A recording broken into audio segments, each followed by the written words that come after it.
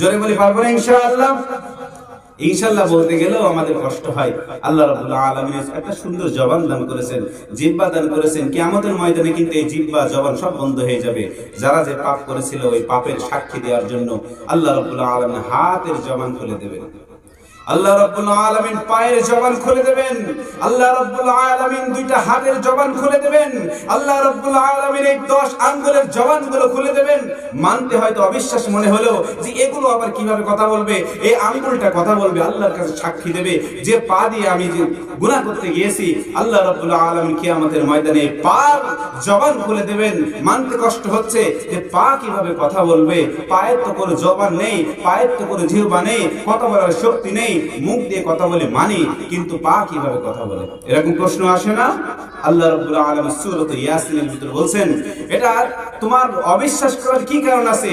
যেটা একটা মাংস ছাড়া আর কিছুই নাই, একটা ঠোঁট, একটা মাংস ছিল, একটু ছিদ্র করে দিয়েছি, দিয়ে একটা জিহ্বা তৈরি করে দিয়েছি, সেখান থেকে যদি আমি আওয়াজ বের করতে পারি, ও বান্দা, ও বান্দা, সেখান থেকে যদি আওয়াজ বের করার মতো ক্ষমতা আমার থাকে, কেন এই আঙ্গুলটা ছিদ্র করে দিয়ে এখান থেকে কথা বলার শক্তি থাকবে না? ঠিক কিনা বলেন?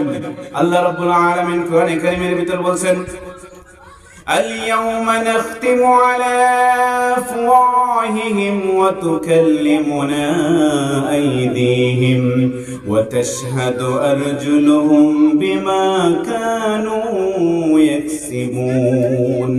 ওগো বান্দা, তুমি মনে রেখো কিয়ামতের ময়দানে আল্লাহ রাব্বুল আলামিনের সামনে যখন আসবেন, আল্লাহ রাব্বুল আলামিন যখন বিচারের কার্যালয় তৈরি করে দেবেন, যখন বিচার করার জন্য সবাই সামনে উপস্থিত থাকবে, আল্লাহ রাব্বুল আলামিন সেই সময় বান্দা কিয়াম দুনিয়ার ভিতরে যে অন্যায়গুলো করেছিলে তুমি যে স্বীকার না করো, যখন তোমাকে বলবে হয় ইকরা কিতাবাক, তুমি তোমার আমলনামাটা তুমি নিজেই অধ্যয়ন করো, ইকরা কিতাবাক কাফা বিনাফসিকা ইয়াউমা আলাইকা হাসিবা, দুনিয়ার ভিতরে যে অন্যায়গুলো করেছিলে, যে গুনাহগুলো করেছিলে, যে অন্যায় অপরাধগুলো করেছিলে, যে জুলুমগুলো করেছিলে, যে নির্যাতনগুলো করেছিলে, অন্যের জমি ফাঁকি দিয়ে যে অন্যায়গুলো করেছিলেন, তোমার চোখের ইশারা দিয়ে যে অন্যায়গুলো করেছিলে, যে জবান দ্বারা যে অন্যায়গুলো করেছিলেন, আল্লাহ রাব্বুল আলামিন কিয়ামতের ময়দানে আমাদের সামনে কিতাবটা খুলে দেবেন।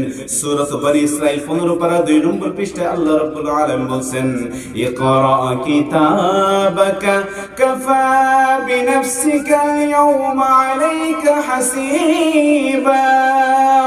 আল্লাহ রাব্বুল আলামিন বলবেন, ও বান্দা, ও বান্দা, তুমি মনে রাখো, ইকরা কিতাবাকা, তোমার কিতাবটা খুলে নাও, ইকরা কিতাবাকা, তুমি তোমার যে আমলগুলো করেছিলে, মনে রেখো তোমার দুই ফেরেশতা তোমার কাঁধে ছিল, কিরামান কাতিবিন, সম্মানিত ফেরেশতা যে কাজগুলো করেছিলে সবগুলো লিখে রেখেছে, অথচ আমরা জানি না কিরামান কাতিবিন রাহম খবর নিস, কিরামান কাতিবিন রাহম খবর নিস, মিয়ানে আশিক রং, মিয়ানে আশিক মাশুক রমজিস, একজন প্রেমিক প্রেমিকা কি কথা বলতেছে, স্বামী স্ত্রী গোপন ইশারায় কি কথা বলতেছে তারা জানে, কিন্তু কিরামান কাতিবিন রাহম খবর নিস, কিরামান কাতিবিন যারা কাদের ভিতরে আছে তারা কি লিপিবদ্ধ করছে, তারা আমাদের কি রিপোর্ট তৈরি করছে, এটা কিন্তু আমরা খবর রাখছি না।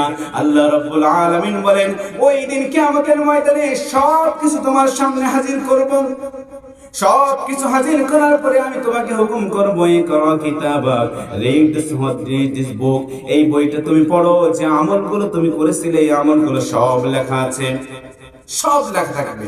ওয়ালা তুসাই খাদ্দাকা লিন-নাস ওয়ালা তামশি ফিল আরদি মারাহা, দুনিয়ার ভিতরে অন্যায় করেছি, অহংকার করেছি, গীবত করেছি, যত অন্যায় করেছি সব কিছু হয়তো আমার চোখে, হয়তো আমি মনে করতে পারি আল্লাহ কিভাবে লিখে নিয়ে আসছে, কিভাবে লিখে নিয়ে আসছে, সেদিন আফসোস করে বলবো, আফসোস করে বলবো, মা লিহাদাল কিতাব, মা লিহাদাল কিতাব লা ইগাদিরু সগীরা ওয়ালা কাবীরা, হায় রে এটা আবার কেমন কিতাব, মা লিহাদাল কিতাব লা ইগাদিরু সগীরা, ছোট ছোট অনুপরিমাণ অন্যায় করেছিলাম, ছোট ছোট অনুপরিমাণ অন্যায় করেছিলাম, ক্ষুদ্র ক্ষুদ্র অন্যায় করেছিলাম, ওই অমুক জায়গায় জমি ফাঁকি দিয়েছিলাম, কেউ জানতো না, কেউ জানতো না, অমুকের ঘুষের টাকা টেবিলের নিচ দিয়ে নিয়েছিলাম, আমি ছাড়া যে ঘুষ দিয়েছিল সে ছাড়া আর কেউ জানতো না, একজনের সাথে সুদের লেনদেন করেছিলাম, আমি ছাড়া সে আর কেউ জানতো না।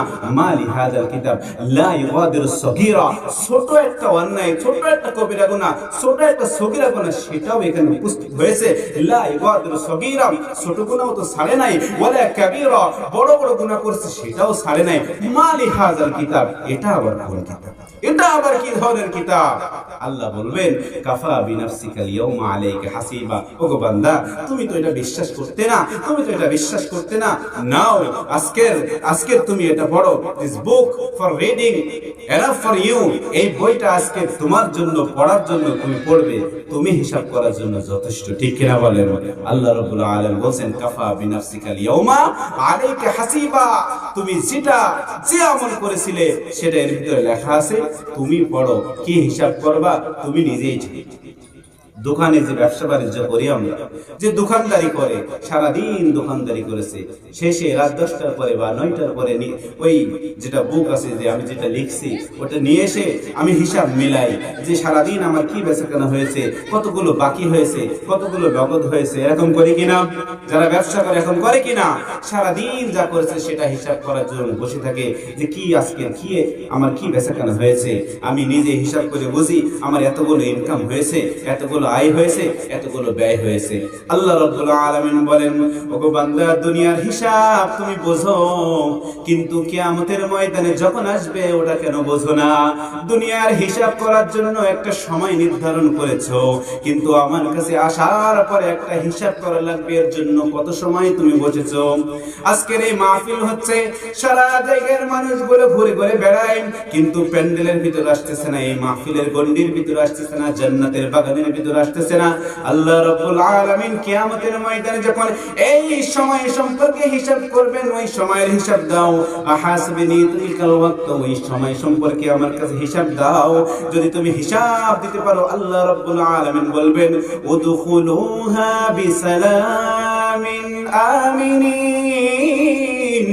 কিয়ামতের ময়দানে আল্লাহ রাব্বুল আলামিনের সামনে যখন যাব, আল্লাহ রাব্বুল আলামিনের হিসাব যদি আমি সহজভাবে দিতে পারি, আল্লাহ রাব্বুল আলামিন বলবেন যাও যাও জান্নাতের ভিতরে নিরাপত্তার সাথে হাসতে হাসতে যাও। সুবহানাল্লাহ।